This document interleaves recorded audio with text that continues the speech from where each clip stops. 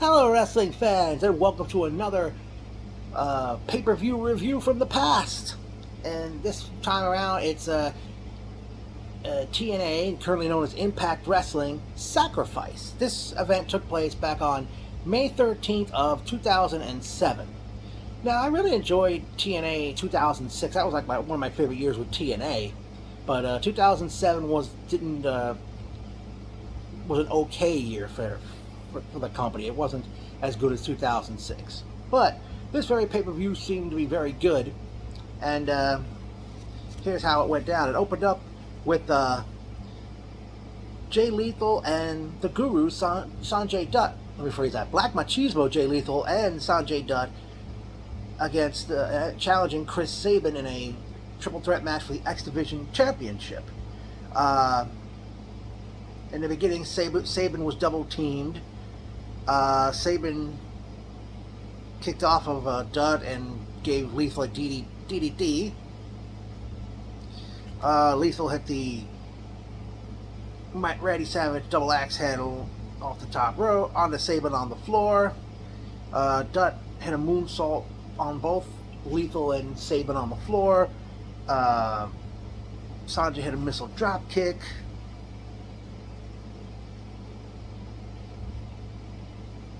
Yeah, Sanjay hit a missile drop kick on Lethal. Dutt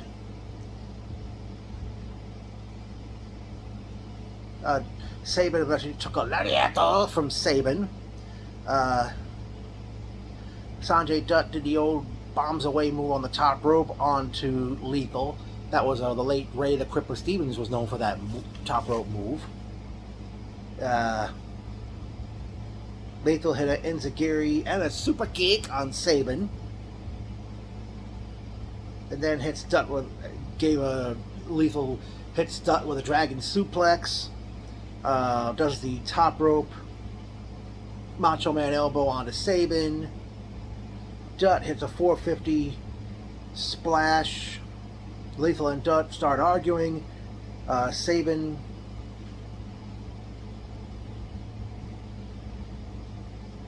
pushes Dutt into Lethal, and Sabin pins Dutt. Yeah, he pins Dutt with a schoolboy to retain the X Division Championship. So Chris Sabin defeated Sanjay Dutt and Jay Lethal to retain the X Division title. Kevin Nash had come out. Nash at the time was pretty much riding the X Division's coattails with that Paparazzi Championship Series and other stuff. But Nash came out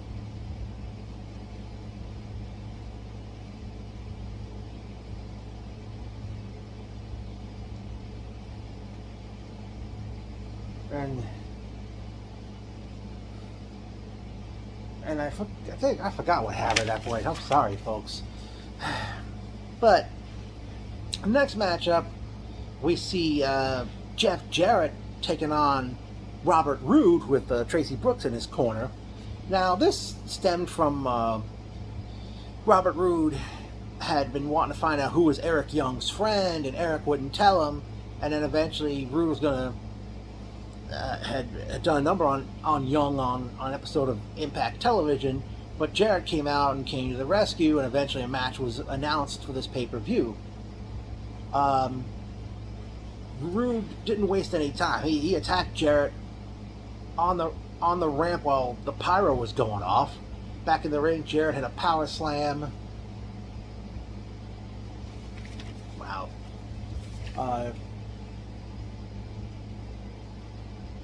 Both men exchanged sleeper holds. Roode put the figure four on Jarrett. They double clotheslined each other. Jarrett put the figure four on Roode. Roode and the ref have a tug of war over the chair. Jarrett hits his move, the stroke on Roode. But as he goes for the pin, Tracy Brooks pulls the referee out of the ring. I don't know if he pulled him out of the ring or just grabbed the referee to stop him from counting. And then the referee ejected Brooks from ringside. Then Roode had a pair of handcuffs and hits Jarrett, but Jarrett kicked out. Rude and the ref have a shoving fight. Rude was going to end up. Jarrett was going to give Rude the stroke again, but Rude.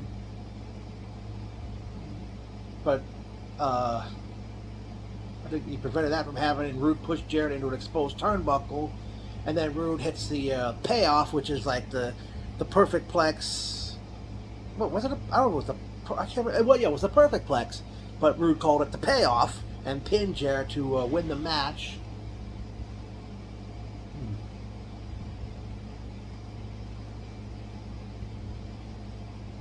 Wait a minute. Yeah, Rude won with the payoff. After the match, I think Rude was continuing the attack. Jarrett puts Rude in the figure 4 leg lock. Tracy Brooks, I forgot what she tried interfering, but Eric Young had come out, stops her from Brooks from using a guitar. Young puts Brooks in the figure 4 leg lock, and I forgot what ended up happening after that, but yeah. I was saddened to see that this program had come to an end because they were supposed to have a rematch the following month. Jarrett and Rude were going to face each other again at Slammiversary the next month, but Jarrett's wife, Jill, the mother of his children, had passed away after a long bout with cancer, and Jarrett wasn't, I don't think he was even at Slammiversary the following month. Okay, next up, we see the Fallen Angel Christopher Daniels against the War Machine, the Man Beast, Rhino. Rhino hit a belly-to-belly suplex, and he missed the dive to the floor. Rhino did a hip toss on the floor. Maybe Daniels missed the dive to the floor. I don't know. I can't remember everything, folks. Daniels worked on Rhino's arm. Rhino hit a power slam. Daniels hit an enziguri following the STO. Rhino hit a spine buster. Christopher Daniels eventually took Rhino down and put on one of my favorite submission holds, the Koji Clutch, which was invented by great New Japan Pro Wrestling competitor Koji Kanemoto. Rhino hit a TKO, and then he hit the door, but Daniels used a baseball bat. Rhino attacked with a chair, used a chair on Daniels, and Daniels is bleeding.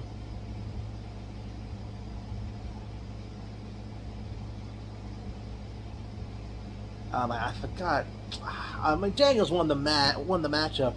I believe he won the match with using the bat, but Rhino attacked after the match to Chris with a chair, and Daniels bled, and Rhino was going to use the bat, but security came out and stopped him. Next up was scheduled to be a tag team match with the Voodoo Kin Mafia, BG and Kip James, who we knew was the New Age Outlaws, taking on Doug Basham and Damaja, man we knew was Danny Basham. They had Christy Hemme in their corner. This stems from VKM, not Vincent Kennedy McMahon, but Voodoo Kin Mafia picking on her, saying women have no place in wrestling and all that other jazz. And for some reason, I think actually they did an angle before the pay-per-view went on the air that Basham and Damaja attacked BG James, and Kip James did the match alone. So with a handicap match, Doug avoided the Famouser early on. Doug and Danny hit a double flapjack on Kip. Kip used a back suplex on Danny, Damaja.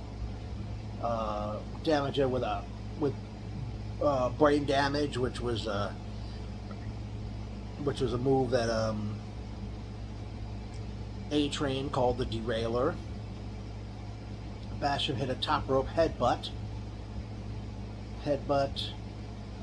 Lance Hoyt eventually, I think that's how the match ended, by pinning with a headbutt, and then after the match, Lance Hoyt came out, and I believe, yeah, he attacked Kip as well, post-match beating. Then up next was a Texas death match between former tag team partners, Cowboy James Storm and the Wildcat Chris Harris. These men, of course, were known as America's Most Wanted, and they were split up in the fall of 2006. And in this angle where Storm broke a beer bottle over Harris's head, and Harris sold the injury by wearing an eye patch over his eye, even into 2007. And I understand he showed up. I forgot, was it Against All Odds? He went after Storm, and eventually they had a match at Lockdown a month before this show I'm doing right now, and this was a Texas death match between these guys, where the idea is to get a pinfall and then your opponent has a 10 count to get back up. These two guys really, I don't know if they were really given the ball or not, but these guys really ran with it. Okay, they start going at it on the ramp before they go, and they have a crowd brawl. Harris does a top rope dive onto Storm in the crowd. Storm throws a chair. Storm does a helicopter powerbomb move through a table. Harris was a speared Storm off the apron through a table. Storm hit a super kick on a chair. Harris hit the catatonic on a trash can. The end came when both men each had a beer bottle in their hand. Harris broke the beer bottle over Storm's head, pinned him, and got back to his feet. And Storm couldn't get up by the count of 10. And Chris Harris won this match over Cowboy James Storm, pretty much ending the feud in the battle of the feud of America's Most Wanted. And I forgot to mention, both these guys bled badly in this matchup, and they had to clean the ring up, and that took some time. But luckily, it didn't really stop the pay-per-view from hold the pay-per-view up too long, because up next we had a four-way X Division matchup, as we saw. Yeah, it was New Japan Pro Wrestling star Tiger Mask 4 versus Alex Shelley versus Senshi, who most people also know him as Low Ki, versus Jerry Lynn. Lynn and Senshi had some great mat work to start out. Alex Shelley hit a cutter or ace crusher on Tiger Mask 4. Tiger, I'll call him that for the rest of this match. Tiger hit a Pele type kick, I think, on Shelley. Shelley hit a top rope jawbreaker. Senshi with a second rope kick on. I forgot what he calls it. I think it's called the title crush kick or whatever that is. He jumps off the second rope. I know Cody Rhodes uses that kick as well. And he essentially used that on Tiger. And he also hit Black Magic, which looks like a shining wizard, but it's not. I'm sorry. Essentially hit Black Magic on Alex Shelley. Jerry with they did a domino effect here, or chain reaction. Jerry did like a sunset flip from the apron on Tiger, who as he went down, he German suplex Senshi. Senshi hit the title crush in the corner. Shelley hit a top rope Hurricane Rana. Jerry held on and pinned Alex Shelley to win the four-way match, as Jerry Lynn defeated Alex Shelley, Senshi, and Tiger Mask 4. After the match, Shelley attacks Lynn. Sabin eventually, I think Jerry retaliates, but Chris Sabin comes out, goes after Jerry, and then Bob Backlund, of all people, saves Jerry from Shelley and Sabin. Next up was a three-way match for the Tag Team Championship, as Big Papa Pump, Scott Steiner, and Tomko, and LAX, Homicide, and Hernandez, with Conan in their corner, challenged Team 3D, Brother Ray, Brother Devon. Of course, they're always going to be the Dudley Boys, for the tag team title. Steiner hits a tilt-a-whirl slam on Homicide. Ray hits a German suplex on Steiner. Steiner hits an exploder suplex on Ray. Hernandez with a top rope dive on a Devon on the floor. Homicide took the what's up headbutt from from Team 3D.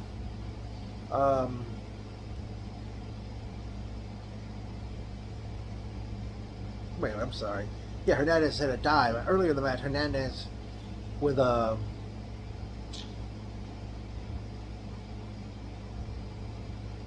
Hernandez had a top rope splash on Devon earlier in the match, but after Homicide took the what's up headbutt from Team 3D, Hernandez hit a dive on the floor on Devon. Tomko accidentally kicks Steiner. Tomko gets 3D'd, and Team 3D defeat LAX and Scott Steiner and Tomko to retain the Tag Team Championship. And after the match, Steiner and Tomko are arguing, and they start going at it. Tomko's getting the better end until the dog-faced gremlin, Scott's brother, Rick Steiner, shows up, and they double clothesline Tomko out of the ring. Next up was a singles match as the phenomenal AJ Styles took on the Samoan submission machine, Samoa Joe. Now, these two guys always click with each other when they're facing each other one-on-one, whether it was in Ring of Honor, Impact, WWE. But this matchup, I don't know if something went wrong, something was off with one or both of these men. I mean, it was still a good match. Joe had the early advantage. They hit the diving forearm to the floor, and AJ ended up fell over the guardrail into the crowd. Joe hit a German suplex on AJ. AJ eventually hits the Pele kick and hits a forearm from the top rope, which later we know as the phenomenal forearm. AJ did the moonsault into the reverse DDT. Joe hit a Death Valley driver, and eventually Joe picks up the win as he puts the Coquina clutch on AJ Styles, but then he suplexed him while in the Coquina clutch, so I guess the Coquina plex gave Samoa Joe the victory over AJ Styles. And then it was time for the main event as Christian Cage defended the championship against Sting and Kurt Angle. Christian took a belly-belly suplex from Angle. Sting press slammed Christian. Sting hit a Stinger splash on Christian. Christian Cage power slams Angle. Cage took 8 German suplexes from Angle. Angle German suplex Sting as he was superplexing Christian. Sting hits a Stinger splash on Angle, then gives him the Scorpion Death Drop, and he was about to pin him, but Christian Cage pulled the referee Rudy Charles out of the ring. Sting hit a Uranagi on Christian. Sting avoids the Unprettier, which later Christian called the Kill Switch, and he takes Christian down for a schoolboy, and Kurt Angle puts the ankle lock on Sting, and as Rudy Charles is making a 3 count, another referee had come out and he asks Sting if he's going to submit, and Sting taps out just as Rudy Charles made a 3 count. And I don't know if there was a winner, if there was officially a winner announced, but the reason behind this, I guess the story behind this finish is the fact that Total Nonstop Action, which we know today is Impact Wrestling, they were withdrawing from the National Wrestling Alliance because a month later they had at Slammiversary a King of the Mountain match to crown the first ever TNA heavyweight champion. Looking back, this was a pretty good show that they put on at the time, and of course, the Jarrett Rude feud was dropped for personal reason. That 4-way match was good. The X Division title to start the show was a good match. The 4-way X Division match that Jerry Lynn won did good. The Texas Death match between Storm and Harris, I think they pretty much may have stolen the show on this one. But let me know what you folks think if you remember watching that pay-per-view. And also, for those who don't know, if you check Impact Wrestling's YouTube, a lot of their past pay-per-views you can watch for free on their YouTube. So let me know what you folks think, and I'll be back with another pay-per-view review from the past.